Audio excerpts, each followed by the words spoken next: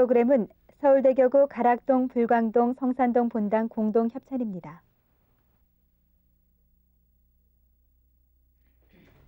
주제가 성체 조배의 은혜인데 술 얘기부터 먼저 하게 됨을 용서하시기 바랍니다.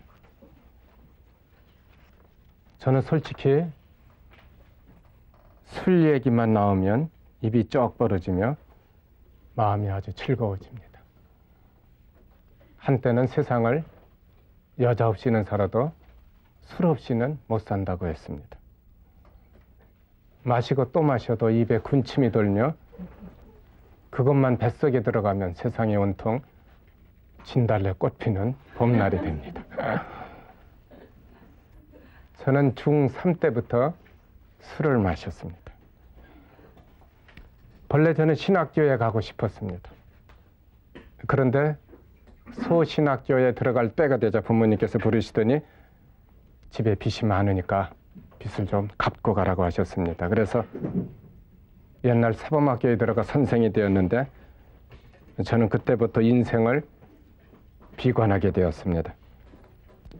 신학교를 포기하자 희망이 없었으며 빚 갚느라고 10여 년 동안 고생을 많이 했습니다. 선생을 하면서도 먹을 것도 제대로 못 먹고 입을 것도 제대로 입지 못했습니다. 그러니까 어쩌다 학부형들의 초대를 받으면 몽땅 먹게 되었고 또 몽땅 마시게 되었습니다. 그러다 보니 음식을 먹는 습관이 잘못 길들여지게 됩니다. 술을 마셨다 하면 폭주였습니다. 정신을 차리지 못할 정도로 심하게 마셨습니다. 그러자니 점차로 술 먹고 어떻게 했는지를 몰랐으며 1차까지는 약간의 기억이 있어도 2차, 3차는 어디서 어떻게 마셨고 또 어떻게 들어왔는지 몰랐습니다. 저는 결국 일종의 알코올 환자가 되었으나 그러나 제 자신은 환자인 줄을 몰랐습니다. 신부가 되고 나서도 술을 정신없이 마셨습니다. 신학교에 입학할 때는 2, 3년 끊기도 했었는데 결국 헛일이었습니다. 그렇다고 매일 마신 것은 아닌데 마셨다 하면 절제를 못합니다. 그냥 목구멍에 찰 때까지 계속 마십니다. 부끄럽게도 미사 때 술이 덜 깬 채 들어간 적도 있었습니다. 술을 좋아하니까 또 그런 사람들하고만 자주 어울렸습니다.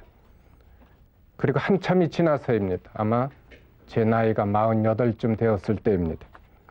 우연히 외국 신부님께 성사를 받는데 성사 중에 그분의 질문이 제 가슴을 사정없이 후려쳤습니다. 아주 쪽집게처럼 저희 술 습관을 그대로 집어내고 있었습니다. 그때 아주 큰 감동을 받았습니다.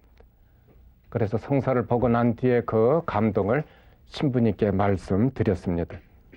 그랬더니 그 신부님의 말씀이 자기가 바로 과거에 알코올 중독자였었다라는 것입니다. 그분은 자신을 알코올 환자로 표현했습니다. 저는 그분의 말씀에서 또 다른 깨달음을 갖게 되었습니다. 왜냐하면 제 자신이 알코올 환자라는 것을 비로소 알게 되었기 때문입니다.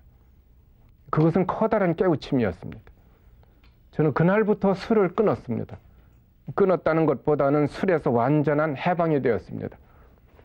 이젠 술에 대한 어떤 미련이나 매력이 없었으며 술이라는 그 거추장스러운 누더기를 활활 벗어 던지고 나니까 얼마나 세상이 시원하고 개운한지 몰랐습니다. 비약을 하자면 일종의 해탈이었고 또 일종의 부활이었습니다. 저는 그때까지도 무엇이 저를 단단히 묶고 있었는지를 몰랐습니다. 무엇이 제 인생을 억압하고 있었는지도 몰랐습니다. 그러나 그 묶여진 밧줄을 끊고 나자 몸과 마음이 참으로 개운했습니다. 저를 억압하고 있던 것을 떨쳐버리자 세상 전체가 얼마나 시원하고 개운한지 부활의 새벽이 아마 그럴 것입니다. 기도도 잘 되었고 또 성질도 많이 고쳐졌습니다. 그러나 인간은 역시 어쩔 수 없는 또 약한 인간이었습니다. 술을 한 3년 잘 끊었습니다. 그런데 아주 사소한 사건이 저를 다시 단단히 묶어놓게 되었습니다. 안식년에 우연히 미국에 들어갔다가 거기에서 한 10달 동안 생활했습니다. 나오게 될 때 신자들이 나가지 말고 미국에서 함께 살자고 붙잡았습니다. 교포 3억을 하라는 것이었습니다. 그러나 저는 그렇게 할 수 없어서 다시 나오는데 그들이 너무도 서운해하기 때문에 송별회 때 딱 한 잔만 하고 헤어지자고 한 것이 다시 그날부터 몽땅 마시게 되었습니다. 알코올 환자들에게 이런 말이 있습니다. 한 잔은 너무 많고 1000잔은 부족하다. 한 잔을 마시지 말아야 됩니다. 딱 한 잔이지만 알코올 환자에게는 너무너무 많습니다. 잘못 한 잔이 들어가면 1000잔이 아니라 10,000잔도 부족합니다. 저는 그 뒤로 2년 동안 술을 끊기 위해 노력했지만 안 됐습니다. 몇 주일씩 끊어보지만 다시 마셨습니다. 술도 일종의 마약입니다. 그러니까 얼마 못 가서 다시 마시곤 했습니다. 또 개인적으로도 그렇습니다. 저 좋은 것을 끊기에는 너무너무 아깝고 너무너무 서운했습니다. 성서에 보면 개는 제가 토해낸 것을 도로 먹고 돼지는 씻겨줘도 아무리 씻겨줘도 다시 진창에 뒹군다는 말씀이 있습니다. 제가 그랬습니다. 어떤 환자에게도 술은 이성으로 다스릴 수 없습니다. 신앙으로도 절제가 안 됩니다. 그가 아무리 신부나 수도자라 하더라도 안 됩니다. 환자에게는. 알코올 환자에게는 그러니까 핑계가 많고 모든 것을 술로 합리화시킵니다. 거짓말을 밥 먹듯이 합니다. 제가 지금 몸담고 있는 지산동 본당에도 지속적인 성체 조배실이 있습니다. 그런데 저는 지난 2년 동안 부임하고 나서 한 번도 조배실에 들어가지 않았습니다. 전에 있던 본당에서는 시골에서도 그렇고 도시에서도 그렇고 매일 새벽 5시부터 6시까지 제가 담당했습니다. 그런데 지금 있는 지산동에서는 한 번도 안 했습니다. 그냥 여러 가지 사정으로 성당에서 개인적으로 했는데 그렇게 하다 보니 성체 조배 회원들에게 좀 미안했습니다. 그런데 본당에서 지속적인 성체 조배 시간을 다시 재편성할 때의 일이었습니다. 그때 제가 그런 생각을 했습니다. 이래서는 안 되겠다. 본당 신부부터 기도의 모범을 보여야 되는데 내가 참여해야지. 내가 참여하지 않으면은 지속적인 성체 조배가 잘 될 수 없다는 그런 판단이 들었습니다. 그래서 제일 어려운 시간을 골라봤습니다.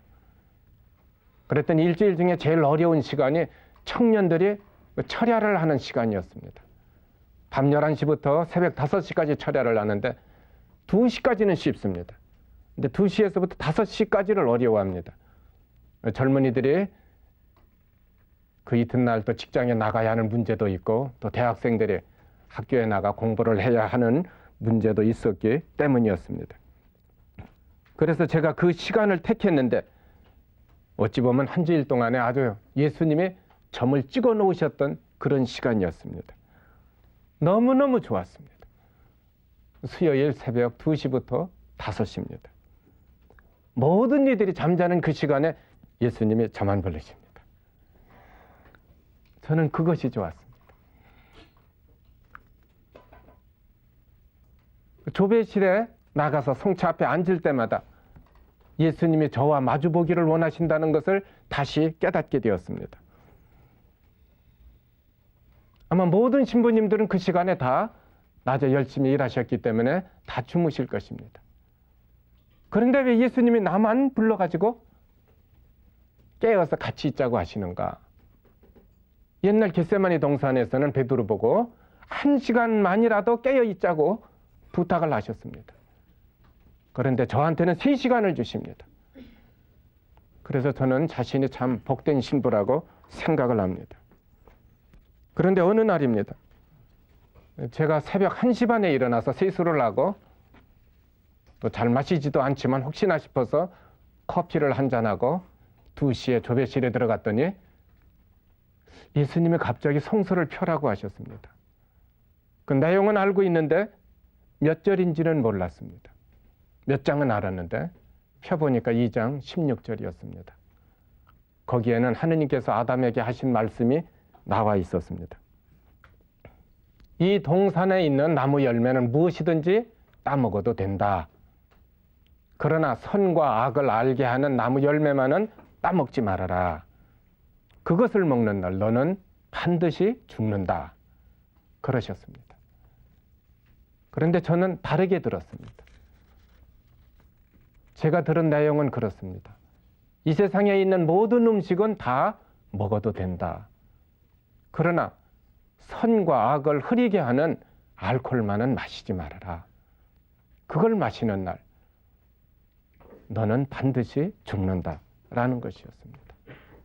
분명히 예수님은 저에게 그렇게 말씀하셨습니다. 그래서 저는 저도 모르게 벌떡 일어서서 성체 안에 계신 예수님께 큰 절을 드렸습니다. 2년 동안의 혼돈 속에서 이제 제정신을 찾고 또 미망해서 다시 깨어난 것입니다. 정말 다시 부활했고 다시 해탈했습니다. 다시 해방되었고 다시 자유인이 되었습니다. 그것이 정말 성체 조배의 새로운 은혜였습니다. 지금은 아주 개운합니다. 그리고 얼마 후에 우리 대지견님께서 저를 우리 교구의 성체, 지속적인 성체 조배 지도 신부로 임명하셨습니다. 대단히 죄송합니다만 우리 주교님이 사람 하나는 아주 잘 뽑으셨습니다. 남들이 뭐라고 할지 모르지만 저는 그렇게 생각합니다. 왜냐하면 제가 오랫동안 잊고 있었던 사실 하나를 다시 발견했기 때문입니다. 제가 신부될 때 40살에 신부되었습니다. 그때 예수 성심의 사도가 되겠다고 예수님께 약속드린 일이 있었습니다. 성체 조배의 은혜로 신학교에 들어갔고 또 성체 조배의 은혜로 신부가 되었습니다. 그래서 예수님께 그렇게 약속드렸는데 그 약속을 오랫동안 깜박 잊어버리고 있었습니다. 그런 걸 보면 참 저는 정말 배은망덕한 사람입니다. 그래도 예수님은 저를 사랑해 주셨고 참아 주셨고 기다려 주셨습니다. 또 제가 당신이 성심께로 돌아가게 될 줄을 어쩌면 믿고 계셨습니다. 저는 10살 때부터 신부가 되게 해달라고 기도했습니다. 집안이 구교 집안입니다. 친가로는 4대째로 저까지 4대째입니다. 애가로는 7대째 내려오는 전통적인 구교 집안입니다. 저는 남자 4형제 중에 둘째입니다. 그런데 아들 넷 중에서 저만 신학교에 가서 신부가 되겠다고 했습니다. 꼬마가 신부 된다고 하니까 어른들이 얼마나 기뻐하셨는지 모릅니다. 친척들이 저만 보면 머리를 쓰다듬어 주셨습니다. 남들이 그럽니다. 그때 너무 쓰다듬어서 지금 다 빠졌다고 합니다. 그런데 때가 되었을 때 제가 신학교에 가지 못했습니다. 원서도 내보지 못했으며 빚을 갚기 위해 사부목교에 들어가 선생이 되었습니다. 그것이 그때 취직할 수 있는 가장 빠른 길이었습니다. 저는 그때 세상을 많이 비관했습니다. 신부가 되지 못하니까 병에 걸려서 죽든지 차에 깔려서 죽든지 빚만 갚으면 하루라도 빨리 죽기만을 원했습니다. 저는 선생을 해도 주로 섬마을에서 했습니다. 신부가 되지 못한 꿈을 가난하고 소외된 어린이들을 위해 봉사하고 싶었던 것입니다. 그래서 열심히 가르쳤고 뜨거운 열정으로 살았습니다. 안 타본 상이 없습니다. 많은 상을 탔습니다. 그래도 신부가 되지 못한 그 아쉬움은, 서운함은 세상의 무엇으로도 채워지지는 않았습니다. 빚을 다 갚는 데는 10여 년이 걸렸습니다. 아버지가 버시고 형이 벌고 제가 벌었는데 그렇게 오래 걸렸습니다. 그리고 저는 그때 이미 나이가 30이 넘어 있었습니다. 물론 본인의 의사와는 상관없이 선을 본 적도 여러 번 있었습니다. 동네 어른들이 임으로 약속해놓고 어쩔 수 없이 끌려가서 선을 봅니다. 조금도 저는 관심이 없었습니다. 신부 못된 것만 해도 화딱지가 나는데 장가가라고 하는 것이 이상하게 무시받는 것 같았습니다. 빚을 다 갚자 저는 몇 가지 하고 싶은 일이 있었습니다. 우선 광부가 되고 싶었고 머슴살이를 하고 싶었습니다. 그리고 넓은 바다에 나가 고기 잡는 뱃사람이 되고 싶었습니다. 가장 밑바닥 인생의 길을 제가 걸어가고 싶었습니다. 신부가 되지 못한 아쉬움을 그런 식으로 그런 밑바닥에서 달래보고 싶었습니다. 그런데 제가 탄광에서 일할 때의 일입니다. 강원도 독해 점리 탄광에서 일했었습니다. 깽속에서 수백 미터 지하 수백 미터 깽속에서 일하면서 그때 여러 번 죽을 위험을 만나게 됩니다. 제가 정말 죽고 싶었습니다. 입버릇처럼 그렇게 죽고 싶다고 했습니다. 그런데 실제로 죽을 위험이 몇 번 저에게 닥치자 이상하게 살고 싶었습니다. 정말 묘했습니다. 제 본심은 살고 싶은 것이지 죽고 싶은 것이 아니었습니다. 어떤 날은 제가 전차에 깔려서 죽을 뻔했습니다. 0.01초 차이로 제가 목숨을 건질 수 있었습니다. 그때 일을 마치고 집으로 돌아와서 기도를 바치는데 기도서에 시편의 응송이 나와 있는데 118장 17절이 나와 있었습니다. 거기에 보면 나는 죽지 않고 살아버리라 주님의 장하신 일을 이야기하고죠. 그 내용이 있었습니다. 얼마나 실감나게 저에게 들어왔는지 모릅니다. 하느님의 말씀이 제가 그 자리에서 그랬습니다. 저는 정말 죽지 않고 살아보겠습니다. 어떤 형태로든지 주님이 장하신 일을 이야기하고 싶습니다. 그래서 선택한 것이 수도원이었습니다. 감히 신학교는 엄두도 내지 못했습니다. 수도원은 어디를 택했는가 하니 저는 집이 대전입니다. 대전사범학교 나왔고 대전에서 근무를 했습니다. 전라도 광주에 있는 천주의 성묘한 수도회를 택했습니다. 왜냐하면 그 수도회가 제 동생과 같은 그런 그 병자들을 전문적으로 치료하는 그런 수도회였기 때문입니다. 저희 집이 오랫동안 좀 고생이 많았던 것, 또 제가 제 나이에 신학교에 못 갔던 것도 결국 동생의 병을 고쳐보고자 했던 그런 어려움이었습니다. 동생이 참 어떤 그 정신적인 병을 앓고 있었는데 40년 동안 큰 고생을 했습니다. 그래서 신부는 못 됐으니까 내 동생과 같은 그런 환자들을 돌봐줘야겠다 해서 그런 수도회가 광주에밖에 없었습니다. 거기에 가서 예비수사가 되었는데 너무너무 수도 생활이 기뻤습니다. 또 갱생원이라는 곳에 가면은 버려진 환자들이 많이 있었습니다. 매일 출근해가지고 매일 닦아주고 대소변을 싼 채로 기다리고 있습니다. 고무장갑도 안 끼고 매일 닦아주고 매일 옷을 갈아입히고 또 먹여주고 그랬습니다. 남들은 좀 힘들어했지만 저는 굉장히 기뻤습니다. 천국을 앞당겨 사는 그런 기쁨을 가질 수가 있었습니다. 그런데 어느 날입니다. 제가 수도원 도서관에 가서 우연히 책을 보는데 그 조그만 책이 저거를 사로잡아 버렸습니다. 성심의 메시지라는 옛날 책입니다. 요즘은 새로 나온 것이 있습니다. 가톨릭 출판사에서 나왔는데 값은 아마 1200원인가 할 겁니다. 요세파라는 수녀에게 하신 말씀이 거기에 나와 있는데 영락없이 저에게 하시는 말씀이었어요. 너무도 은혜로웠고 너무도 감격스러웠습니다. 특히 거기에서 예수님이 밤조배를 원하셨습니다. 저는 그래서 그날부터 밤마다 수련소 2층에 있는 소성당에 올라가서 밤조배를 드렸습니다. 수도원에서 취침 시간이 10시입니다. 그러나 어떤 수사님은 11시에 주무시기 때문에 11시까지 기다립니다. 그리고 또 다 주무시는가 확인을 하고 11시 반쯤 되면은 몰래 2층에 있는 소성당에 올라가서 제가 조배를 드렸습니다. 그런데 매일 올라가다 보니 그 조배 시간이 참으로 좋았습니다. 예수님이 저만 불러주십니다. 원장 수사님도 계시고 수련장 수사님도 계시고 또 선배 수사님들도 많이 계십니다. 그런데 청원자였던 저만 부르십니다. 그리고 저하고 함께 있기를 원하십니다. 수도원에서는 제가 언제 자는지 몰랐습니다. 항상 제일 늦게 잤다가 제일 먼저 일어났습니다. 주님과 함께 있는 그 기쁨 때문에 밤조배 때문에 잠을 안 자도 졸리지가 않았습니다. 사람이 기분이 좋으면 안 자도 졸리지 않습니다. 매일매일 올라가서 제가 조배를 드립니다. 가끔 그런 기도를 합니다. 왜 나만 불러주셨는가요? 뭐 하나만 한 말입니다. 그냥 예수님의 사랑을 확인하고 싶기 때문에 왜 저만 불러주셨나요?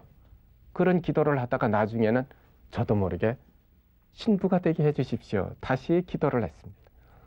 어렸을 때의 기도가 아직 끝이지 않은 것입니다. 그 시대에는 신부를 양성하지 않습니다.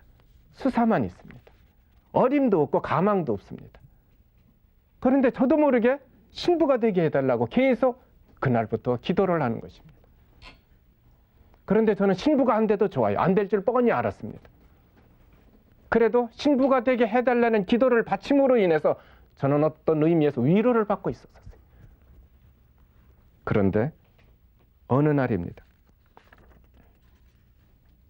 예수님이 저를 신학교로 부르셨습니다. 이것은 어떻게 말로 표현하지 못합니다. 실제로 체험하지 않고서는 설명할 수가 없습니다. 들리지는 않는데 들립니다. 이렇게. 보이지는 않는데 보입니다. 신학교 오라는 것이. 정말로 저는 확신을 했습니다. 그런데 처음에는 사람이 참 묘합니다. 신부가 되게 해주십시오. 가망도 없는 기도를 늘 이렇게 바치다가도 막상 주님이 그럼 오라고 그러니까는 의심을 하게 됩니다. 내가 이거 열심히 수도 생활 하려고 하는데 괜히 마귀가 회방을 놓는구나. 그래서 성수를 갖다 뿌려보기도 하고 다시 또 정신을 차려서 기도를 하지만은 계속 저보고 오라고 하셨습니다. 그래서 먼저 수련장 수사님께 말씀을 드렸더니 노 하면서 안 된다고 하셨습니다. 당연합니다. 나이가 또 30살이 넘었습니다. 제가 부모님께 말씀드려봤습니다. 그랬더니 부모님께서도 노 하시면서 안 된다고 하셨습니다. 구교 집안에서 수도원에 들어갔다 나온다는 것은 집안의 수치입니다. 수사로서도 수도자로서도 얼마든지 거룩하게 살 수 있으니까 나오지 말고 착한 수사가 되거라 그랬습니다. 그래서 저도 결국 신부 되는 것을 포기했습니다. 포기하니 마음이 편했어요. 공연히 헛바람이 들어가지고 사람이 참 혼란스러웠습니다. 집에서 오던 날 다시 인전 밤에 밤조배를 갔습니다. 그런데 그날 밤에 예수님이 아주 싫어하셨습니다. 너무너무 저를 꾸짖는 것 같았습니다. 왜 시험도 안 보고 포기하느냐라는 것입니다. 저는 시험 볼 자격도 없었어요. 옛날 사범학교 나왔기 때문에 사범대학이 아닙니다. 옛날에는 국민학교 전교사 자격증을 교육대학 생기기 전입니다. 사범학교였기 때문에 제가 대학을 가려면은 그 체력장 검사인가 달리기니 턱걸이니 이런 것부터 해야 됐습니다. 어림도 없는데 왜 포기하느냐고 그러셨어요. 그러면서 제가 느낄 때는 제가 떨어진다 하더라도 신학교 시험을 봐야지, 시험을 보지 않는다면, 도전을 하지 않는다면 그 자체로 내 생애에서 씻을 수 없는 큰 죄를 짓는 것이다 라는 판단을 하게 됩니다. 그래서 모든 이들이 반대하는데 예수님 말씀만 믿고 제가 수도원을 나오게 됩니다.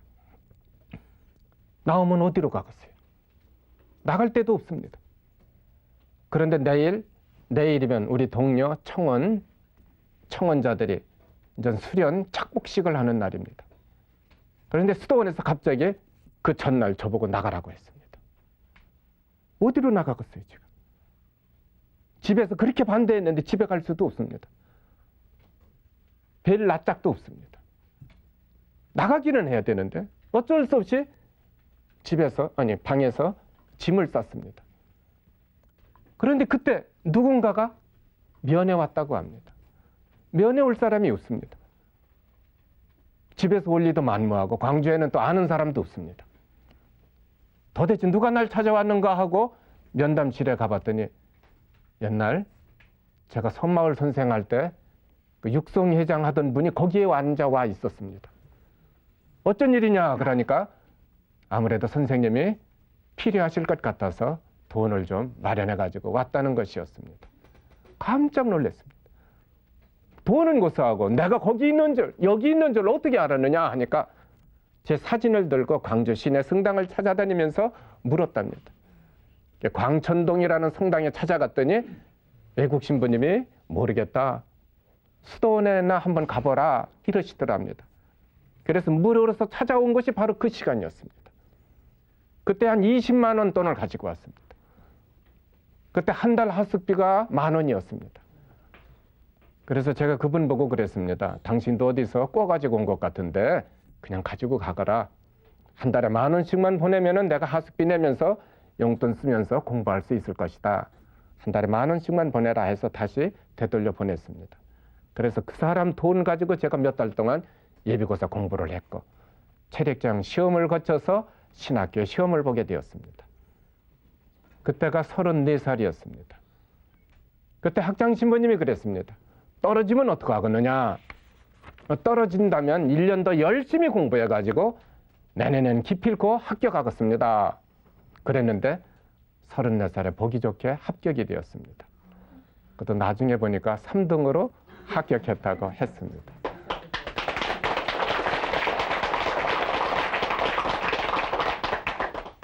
제가 합격하자 반대하셨던 부모님도 굉장히 크게 기뻐하셨고 수도원에서도 축하해 줬습니다.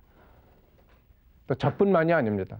저는 그때보다 더 기쁜 날을 만나지를 못했습니다.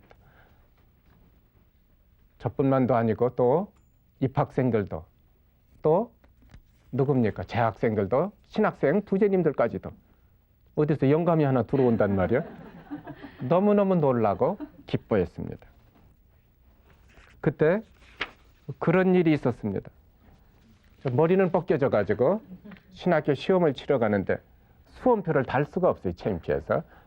호주머니에 이렇게 넣고 들어가는데 그 시험장을 지키고 있던 그 신학생들이 저보고 나가라고 합니다.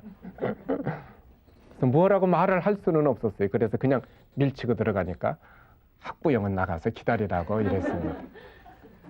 저를 학부형으로 그 사람들이 봤던 것입니다. 신학교 생활은 정말로 아름다웠습니다. 아마 다른 사람들은 이해하지 못할 것입니다. 아마 다른 신부님들께서도 이해를 하시지 못할 것입니다. 제가 10살 때부터 기도해서 24년 만에 들어갔는데 얼마나 기뻤겠습니까? 기도하는 것도 즐겁고 공부하는 것도 행복하고 신학교의 모든 규칙이 저를 위해서 마련되어 있었습니다. 저는 늘 감실 앞에 가서 감사의 기도를 드렸습니다. 사실 나이 많은 사람이 34살짜리가 19살, 20살짜리하고 함께 공부한다는 것은 세속적으로는 쉬운 일이 아닙니다. 형대접을 해주는 것도 아닙니다. 예절을 지켜주는 것도 아닙니다. 서로 같이 맞먹는 것입니다. 그래도 조배의 힘으로써 모든 것을 참을 수 있고 이길 수 있고 또 극복할 수가 있었습니다. 너무너무도 빨리 6년의 세월이 지나갔습니다. 저는 방학 돌아오는 것이 싫었습니다. 거짓말이 아닙니다. 신학생들은 방학보다 더 좋은 것이 없어요. 그래서 저는 방학이 싫었습니다. 그런데 부재 때입니다. 저를 지도하시던 외국 신부님이 저보고 그랬습니다. 앞으로 부제님이 맡으실 본당을 위해서 기도하라고 하셨습니다. 저는 그 말씀이 너무도 좋았습니다. 또 너무도 고마웠습니다. 그래서 그날부터 앞으로 제가 맡게 될 본당을 위해서 감실 앞에 나가서 또 기도를 드렸습니다. 어차피 늦게 40살에야 신부가 되는데 제일 가난하고 제일 힘들고 제일 냉담자 많은 본당으로 보내주십시오. 또 어떤 어려움이 있어도 하느님의 은혜로서 극복하고 이겨나갈 수 있는 힘과 지혜도 주십시오. 기도를 했습니다. 그런데 제가 신부될 때 내일 모레면 서품식이 있습니다.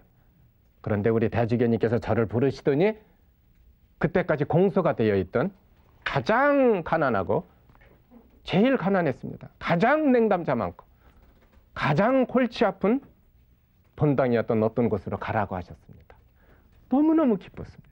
그래서 대주교님께 제가 바로 그 본당에 가고 싶어서 1년 동안 기도했습니다. 그 말씀을 드리고 자신 있게 그 본당에 부임했습니다. 그런데 그 첫날 밤입니다. 저를 환영해 주기 위해서 많은 신자들이 나왔습니다. 어떤 사람이 환영사가 끝나자 다른 사람이 또 마이크를 잡더니 신부님 한 말씀 드리고 싶습니다. 그랬습니다. 말씀을 해보십시오. 그러니까 그 사람이 그럽니다. 자기가 20년 동안 냉담했답니다. 그런데 아무래도 이번에 오시는 신부님은 자기 보고 성당에 나오라고 할 것 같았답니다. 그래서 창피하게 끌려나가느니 나오라고 하기 전에 나가야겠다 해가지고 그 동네 냉담자들하고 회합을 가졌답니다. 저는 냉담자들끼리 회의를 했다는 것은 처음 들어봤습니다. 그래서 10년 묵은 냉담자, 20년 묵은 냉담자들이 모조리 나왔습니다. 아주 뿌리까지 뽑혀가지고 나왔습니다. 그 동네만 나온 것도 아닙니다. 다른 동네 냉담자들까지도 다 나왔습니다. 전에 애국 신부님이 주일 미사 바칠 때는 성당에 반도 안 찬다고 했습니다. 근데 주일에 미사를 2번 하는데도 꽉 차고도 앉을 자리가 없어서 서 있습니다. 옆에를 트기도 했습니다. 이렇게. 저는 그때 성체조배의 은혜를 다시 한번 확인했습니다. 제가 그 사람들을 끌어낸 것이 아닙니다. 제가 그 집에 가기 전에, 그 본당에 가기 전에 이미 예수님께서 저에게로 인도해 주셨습니다. 가장 가난하고 가장 힘들고 가장 어려운 본당이었지만은 저는 얼마나 큰 그 주님의 은총 속에서 살았는지 모릅니다. 신자들도 그랬습니다. 굉장히 기쁘게 살았습니다. 그런데 그때 신자들이 또 그런 얘기를 했습니다. 이제 우리가 신부님이 오셔서 이렇게 기쁘게 재미있게 살지만 신부님이 다른 본당에 가시면은 이제 우리는 또 공소가 됩니다. 또 그런 말들도 있습니다. 네가 아마 마지막 신부가 될지 모른다. 왜냐하면 그 본당이 공소가 됩니다. 그러지 않아도 본당 운영이 안 됩니다. 그러니까는 애국 신부님들이 아주 철수해버린 그런 곳입니다. 젊은이들은 계속 빠져나가는데 경제적인 힘, 도저히 이거 지탱할 수가 없습니다. 그러니까는 신자들이 저를 붙잡고 살려놓고 가십시오 그랬습니다. 제가 어떻게 본당을 살리고 죽이고 하겠습니까? 그럼 우리가 같이 기도하자 해서 우리가 또 감실 앞에 나가서 늘 열심히 기도했습니다. 그때 저희 본당에 폐교된 작은 중학교 건물이 있었습니다. 교실이 5칸인가 6칸 됐습니다. 근데 그걸 이용해서 저희가 청소년 교육장을 만들었습니다. 땅도 샀어요. 뭐 기존 몇천 평 땅이 있었지만은 10,000평에 가까운 땅을 삽니다. 논도 사고 집도 6채인가 사고 밭도 사고 또 임야도 사고 그러고 나서 수영장을 만듭니다. 청소년 교육장을 만들려면 첫째로 수영장이 좀 있어야 돼요. 식당을 만들어야 되고 화장실을 만들어야 되고 숙소를 만들어야 되고 아무것도 없는 본당에서 어떻게 만들 수 있었던가? 예수님이 다 해주셨습니다. 참 그 예수님이 정말입니다. 그래서 우리 교구에서 처음으로 아직도 유일한 청소년 교육장입니다. 신부님들이 계속 파견되어 오시고 많은 사람들이 그 교육장을 이용하고 있습니다. 저는 그렇게 그 후로도 그렇고 성체조배의 은혜를 많이 받았습니다. 얻지 못할 은혜가 없습니다. 찾지 못할 보물이 없습니다. 예수님의 그 성심 안에서는 우리가 얻고자 하고 바라는 모든 것을 사실 건질 수 있습니다. 그보다도 더 풍성하게 채워주십니다. 그러면서도 저는 성심의 사도가 되겠다는 것을 잊어버리고 있었습니다.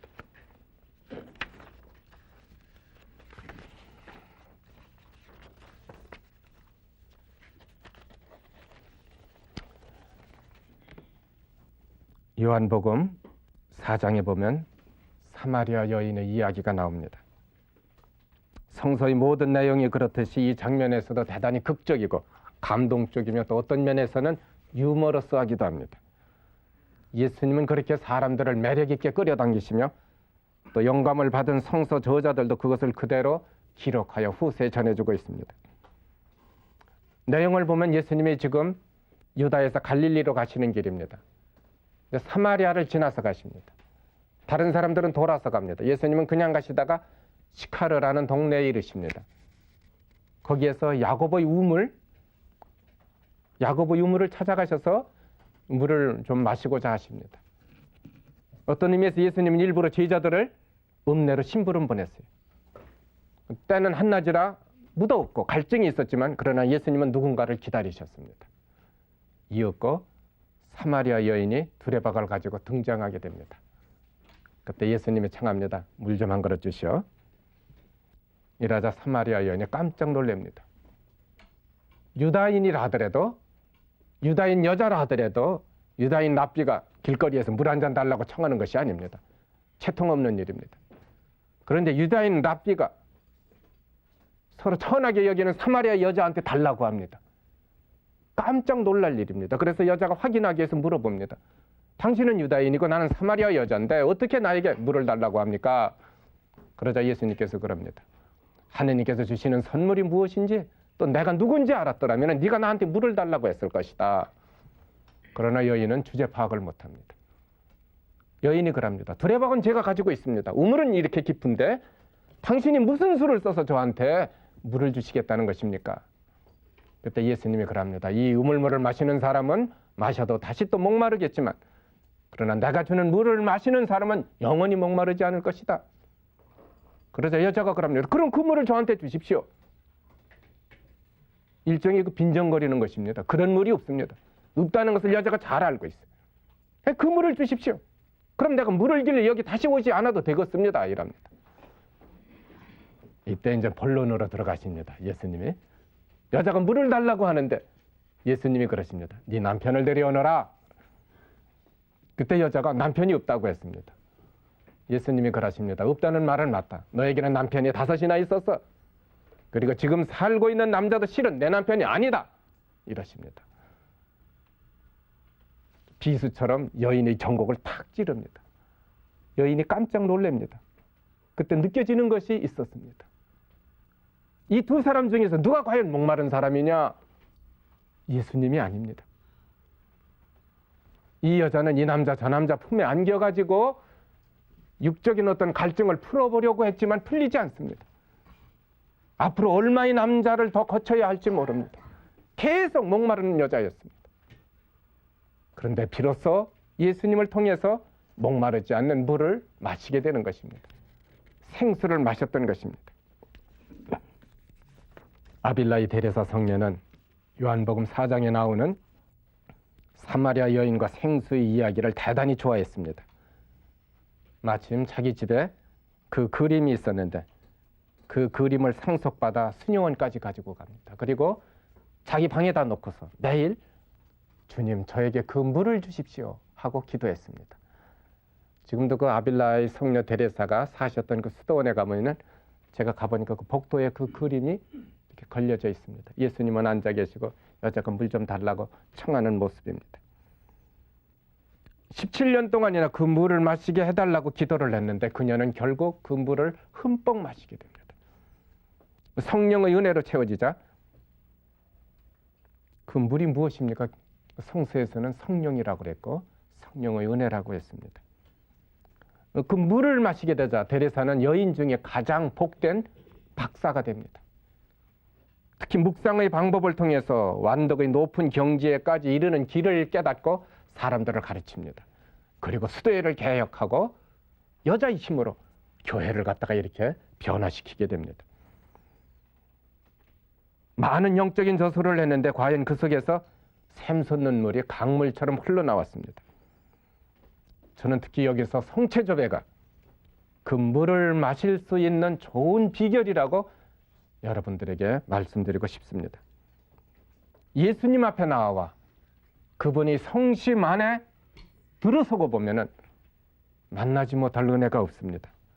마시지 못할 물도 없습니다. 우리가 얻고자 하는 것을 거기서 다 찾을 수 있습니다. 은혜의 샘이 바로 예수 성심 안에 있기 때문입니다. 목마른 사람은 다 나에게로 오너라. 예수님이 간곡한 표현으로 말씀하셨습니다. 이사야서에도 비슷한 말씀이 있습니다. 너희 목마른 자들아 오너라. 여기에 물이 있다. 그 물이 어디에 있습니까? 예수 성심 안에 있어.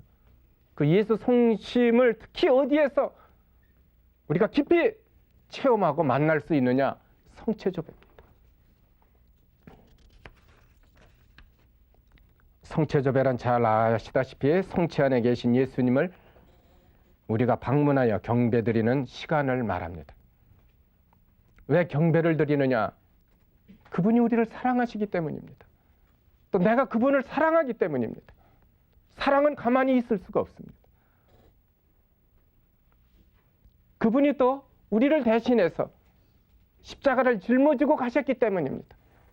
우리도 십자가를 짊어지고 싶어서 그분을 찾아가는 것입니다. 그분은 그 시간을 통해서 우리를 도와주고 싶어 하시며 또 우리로부터 듣고 싶어 하시고 또 우리에게 들려주고자 하십니다. 조배하신 분들 그런 거 느껴보셨는지 모릅니다. 얼마나 그분이 우리를 기다리고 찾으셨고 또 듣고 싶어 하시고 또 들려주고 싶어 하시는가. 특히 지속적인 성체조배란 우리가 시간을 정해놓고 그분을 찾아가는 방문을 말합니다.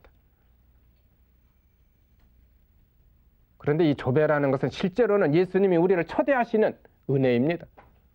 물론 지속적인 성체조배는 내가 2시부터 5시까지 해야겠다. 내가 정하고 내가 씁니다. 그러나 실제로는 누가 그 시간을 정하신 것이냐? 예수님이 정하신 것입니다. 성령을 통해서 저에게 그렇게 인도하셨던 것입니다. 여러분은 주님이 여러분을 기다리신다는 사실을 알고 계십니까? 주님이 여러분을 원하시고 찾으시고 그리워하신다는 사실을 믿고 있습니까? 예수님은 정말 여러분과 마주보고 싶어 하십니다. 함께 있고 싶어 하셔요. 때로는 농담도 하고 싶어 하십니다. 때로는 그분의 아픔을 여러분과 나누고 싶어 하십니다. 왜냐하면 여러분이 자녀이기 때문입니다. 가끔 성체조배 시간을 아주 성가신 것으로 생각하는 분들이 있습니다. 그리고 열심하다는 자들 중에서도 부담스럽다고 표현하는 자들도 있습니다. 제가 여기서 또 말씀드리지만 성체조배는 노동이 아닙니다. 예수님이 우리에게 채워주시기 위해서 사랑하시고 보고 싶고 듣고 싶어서 불러주시는 그 시간을 성가시다고 여긴다면 우리 믿음이 뭡니까? 무슨 은혜를 우리가 얻고자 하는 것입니까?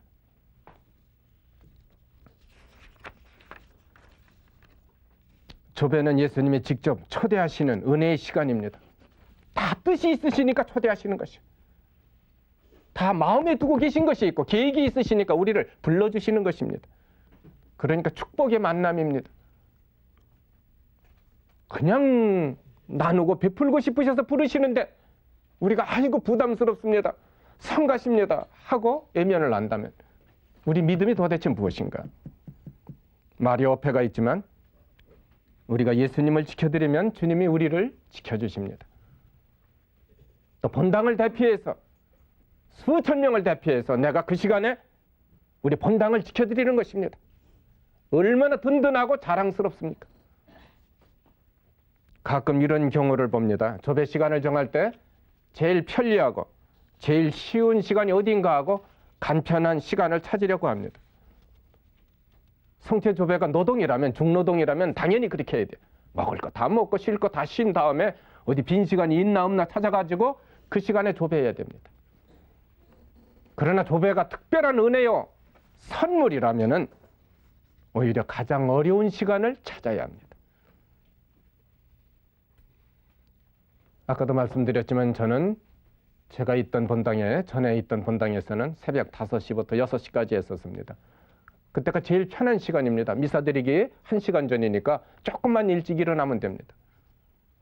제가 다시 그 시간을 하려고 하자 그것은 너무 내가 깨 많은 시간이다. 신부가 이렇게 가장 편리한 시간만을 택한다면 그럼 신부가 아닌 다른 신자들은 어떻게 할 것인가? 그래서 제가 제일 어려운 시간 새벽 2시부터 5시까지 선택을 했습니다. 그런데 그 시간이 그렇게 좋을 수가 없습니다. 바로 그 시간에 주님이 저를 기다려 주십니다. 어떤 때는 제가 늦게까지 강론하고 새벽 1시나 밤 12시에 들어갈 때도 있습니다. 그럼 그때까지 기다렸다가 제가 조배에 들어가는데 청년들이 그럽니다. 어떤 때는 아이고 신부님 피곤하시니까 저희들이 대신 하겠습니다. 그럽니다. 그러면 제가 좀 심한 말로 그럽니다. 재수 없는 소리 하지 말거라. 주님이 일주일 내내 나를 기다려 주셨는데 왜 니들이 재수 없게 끼어들어? 니들은 이제 가거라. 내 차례다. 정말 그렇게 잠을 한심 안 자고 조배를 드려도 피곤한 줄을 모릅니다. 주님이 제가 사랑스러워서, 제가 보고 싶어서 저를 기다리셔서 찾으셨는데 왜 제가 싫다고 하겠어요? 은혜로서, 감사로서, 기쁨과 영광으로서 그 앞에 나가게 됩니다. 요즘 사람들이 시간을 헛군데 많이 쓰고 있습니다. 낭비와 사치의 길, 방탕과 타락의 길에 빠져들고 있다 해도 과언이 아닙니다. 여러분들은 지금 좋은 말씀을 듣고 있지만 아마 이 시간에도 어떤 여자들은 차를 몰고 어디론가 나가 있습니다. 어디로 가고 있는지 모릅니다. 마시고 마셔도 계속 목마른 그 물만 찾습니다. 한 번만 마셔도 영원히 목마르지 않는 물이 또 이 샘이 있건만은 쳐다보지도 않습니다.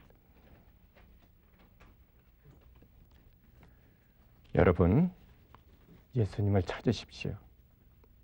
예수님을 만나 주십시오. 은총의 샘이 거기에 있습니다.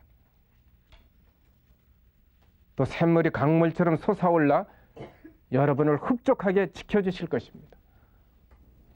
또 예수 성심이야말로 은총의 샘입니다.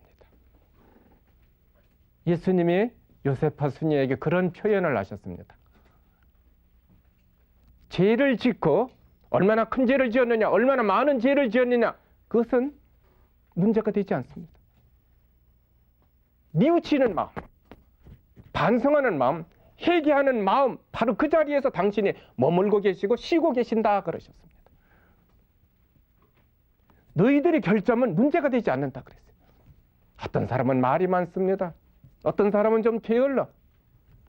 어떤 사람은 또 다른 어떤 술로 잘못된 습관을 가지고 있습니다. 그래도 그런 것이 문제가 되지 않습니다. 예수님께. 당신 앞에 나오기만 하면 됩니다. 그리고 그것을 한번 말씀드리고 그것을 좀 대화할 수 있으면 돼. 똑같은 죄를 100번, 1000번, 10,000번이라도 지었다 하더라도 다시 또 뉘우쳐서 다시 또 일어서서 그분 앞에 나오기만 하면은 언제나 첫 번에 베풀으셨던 그 사랑으로 우리를 맞아주신다고 했습니다. 얼마나 좋습니까? 우리가 찾아갈 곳이 어디입니까? 저는 믿는 이들은 무엇보다도 기도의 은혜를 우리가 가져야 되고 기도하는 사람들은 특히 성체주배의 은혜를 알아야 됩니다. 거기에 나갔을 때 이런 경우가 있습니다. 다 그런 것은 아니지만 주님께서 얼마나 나를 그리워하고 찾으시고 기다리고 원하셨던가, 얼마나 나와 함께 이렇게 머물고 싶어 하시는가, 이런 것은 조금 더 생각지 않습니다.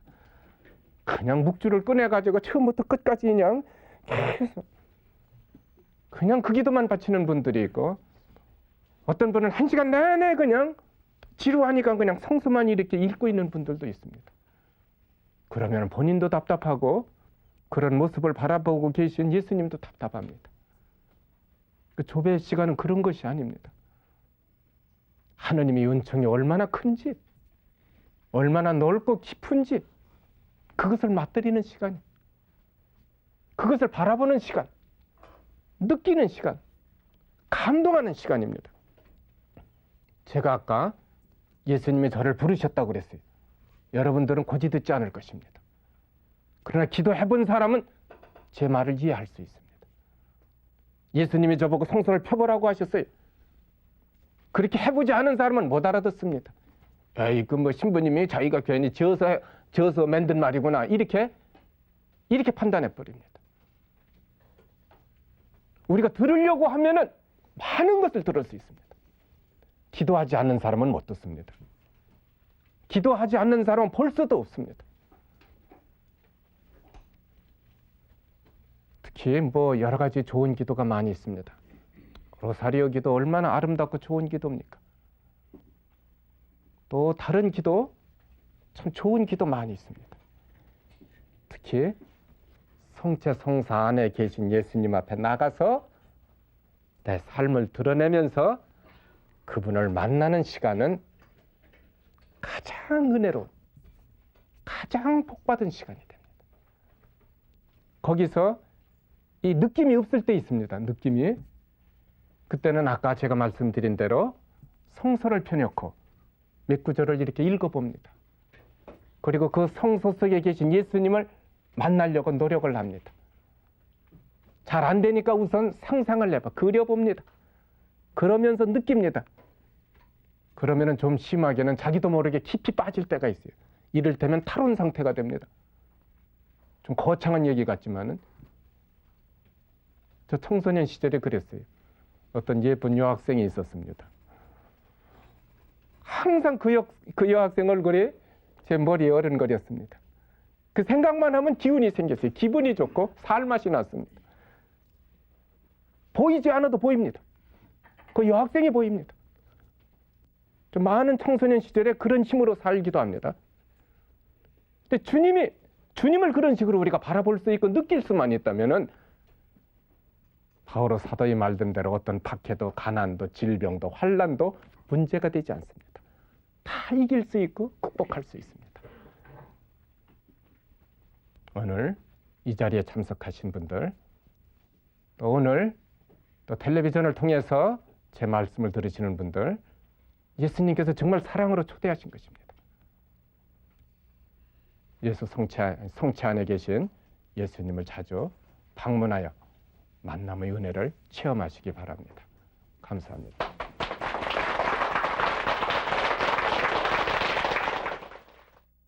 이 프로그램은 서울대교구 가락동, 불광동, 성산동 본당 공동 협찬이었습니다.